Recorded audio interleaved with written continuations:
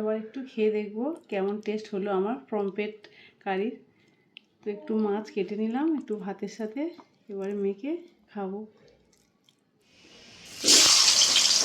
তেলের মধ্যে আমি দিয়ে দিলাম পমফ্রেটগুলো, নুন হলুদ মাখিয়ে রেখেছিলাম 10 মিনিট আগে। এখন এগুলো আমি একটু হালকা করে ভাজবো, বেশি ভাজবো না, কারণ পমফ্রেটটা বেশি ভাজলে অত টেস্ট পাওয়া যায় না। নরম মাছ তো একটু হালকা করে ভাজবো। আমি আগে পমফ্রেট কারি বানাবো। এই 5 পিস মাছ আমার ভাজা হয়ে গেছে পমফ্রেট, এবার এটাকে কারি বানাবো। তো চলুন আপনাদেরকে দেখাই।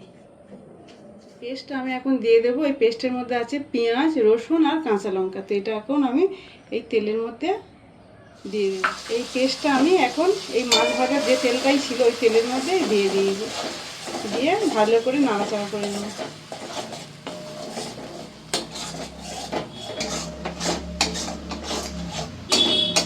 আমি তেল দিয়েছি, এবার ওর মধ্যে আমি এই কালো জিরেটা দিয়ে দিলাম।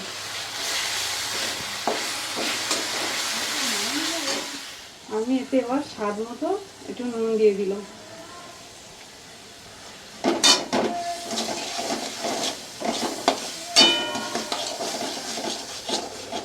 আমি পরিমাণ মতো হলুদও দিয়ে দিলাম, দিয়ে মশলাটা ভালো করে কষাবো।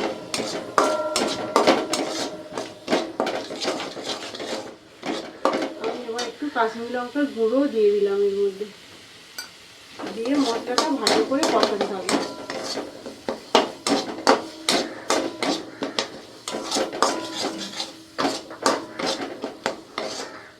আমি একটু আদা বাটাও দিয়ে দিলাম এর মধ্যে।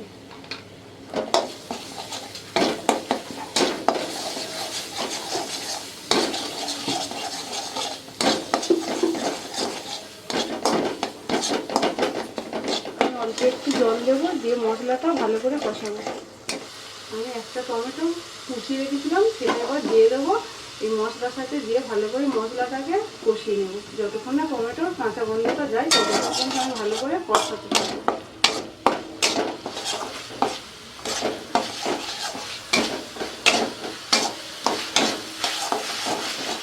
ব্যালেন্স করার জন্য আমি অল্প একটু চিনিও দিয়ে দিলাম।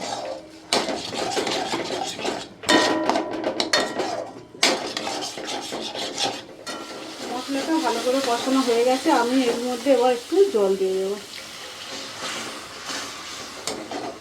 জল দিয়ে আবার একটু নাড়াচাড়া করে নিলাম। এটা রেডি হয়ে গেছে ভালোভাবে আর কি। তো এর মধ্যে এবার আমি এই মাছগুলো এক এক করে দিয়ে দেবো। এর মধ্যে এই মাছগুলো আমি দিয়ে দিচ্ছি।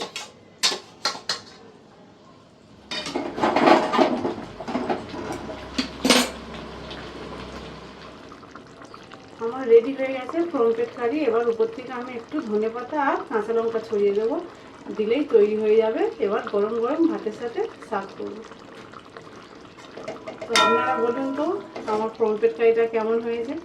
আমি এখন পমফ্রেট কারিটা একটা পাত্রে ঢেলে নিয়েছি, এবার ভাতের সাথে গরম গরম খাবো। তো চলো একটু খেয়ে দেখবো কেমন টেস্ট হলো আমার পমফ্রেট কারির। তো একটু মাছ কেটে নিলাম একটু ভাতের সাথে, এবারে মেখে খাবো। দারুণ হয়েছে, বিশ্বাস করুন খুবই সুন্দর। আপনারা একবার ট্রাই করতে পারেন এইভাবে পমফ্রেট কারির।